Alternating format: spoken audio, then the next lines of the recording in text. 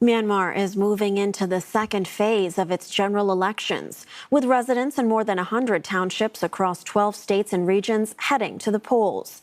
The seats are widely expected to be swept by the military-backed Union Solidarity and Development Party candidates. The USDP dominated the first phase of the election on the 28th of December. That took place in 102 of Myanmar's 330 townships. Today's vote will involve townships in Yangon, Mandalay, and Shan State. A third and final phase will take place in another 2 weeks.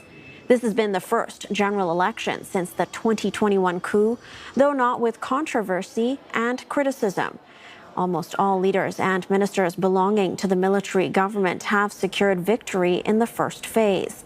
The opposition has challenged the results, citing a lack of transparency. For more on this, let's speak to Ben Lee, Executive Director at the Special Advisory Council for Myanmar. Ben, thank you for making the time to speak with us this morning.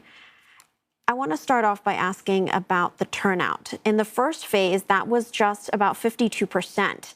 This next phase will see voters in the main cities of Yangon and Mandalay. Could we see more people turn out to vote?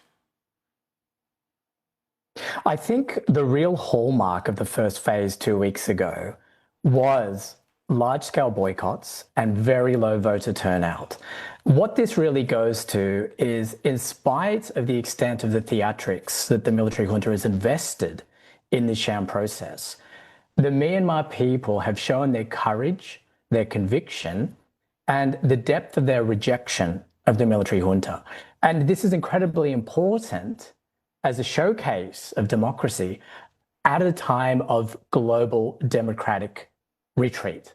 So I expect today we're going to see a similar pattern play out. Despite, this boycott that you mentioned with such a low voter turnout, preliminary results from the first phase, they're showing that the military is sweeping the polls. What are your thoughts on this? Well, it's an entirely undemocratic process. The major and most popular political parties have been barred from participating in this, and democratically elected leaders, including President Win Myint and State Councillor Aung San Suu Kyi, continue to languish in political prison with 23,000 other people. So in no way is this legitimate. There's also the practical considerations added to that. The fact that the military controls less than 40% of the territory in the country. And by its own best estimates, this election will only reach 265 out of 330 townships. Now, that immediately disenfranchises 7.5 million people. You pointed to some of the criticism about this election, and, many human rights groups, including the UN, they've said that this is not a free, fair, or credible poll. Could this mean that the military then fails to gain the legitimacy it was hoping for? Or what kind of impact or outcome could we see at the end of this election?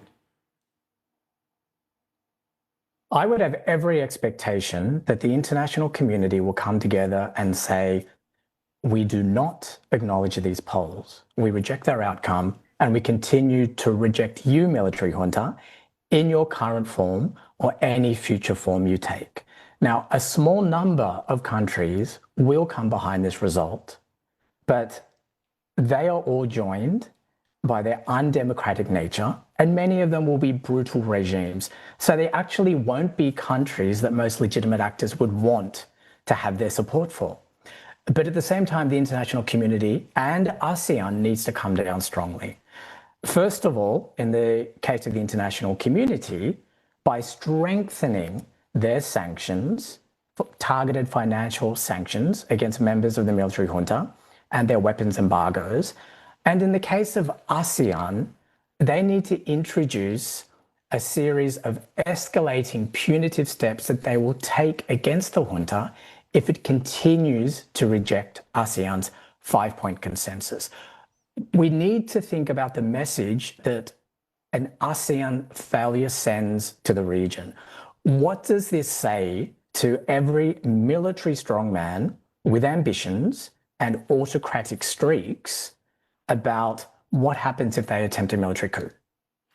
You've brought in ASEAN. Let's focus on that a bit more, because the bloc has been fairly divided on how to move forward when it comes to the crisis in Myanmar. You mentioned punitive actions. Other than sanctions, what could ASEAN members do to force the military's hand in this case? And what exactly would be the best case scenario? Look, there has been some difference of approach from particular ASEAN members, but it's really important to note that at their most recent summit, ASEAN leaders agreed that there was not support for this election, that the conditions do not exist for this election, and that there are certain preconditions for a genuine election, including an end to the violence, and it needs to be free, fair, and inclusive. So we need to see ASEAN saying, we utterly reject this outcome. We will not recognize or engage with the military junta. We will continue to bar you from participating in all our summits and meetings.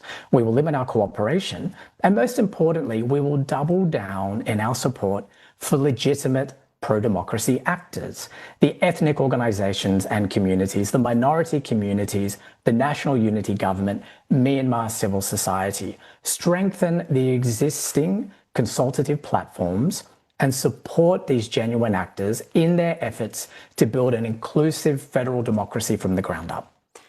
There are concerns that Myanmar is unraveling with, this election taking place amid a civil war. This unraveling, this violence, it's no longer contained within its borders. How will continued fighting between the military and the rebel forces in parts of Myanmar impact security for neighboring countries?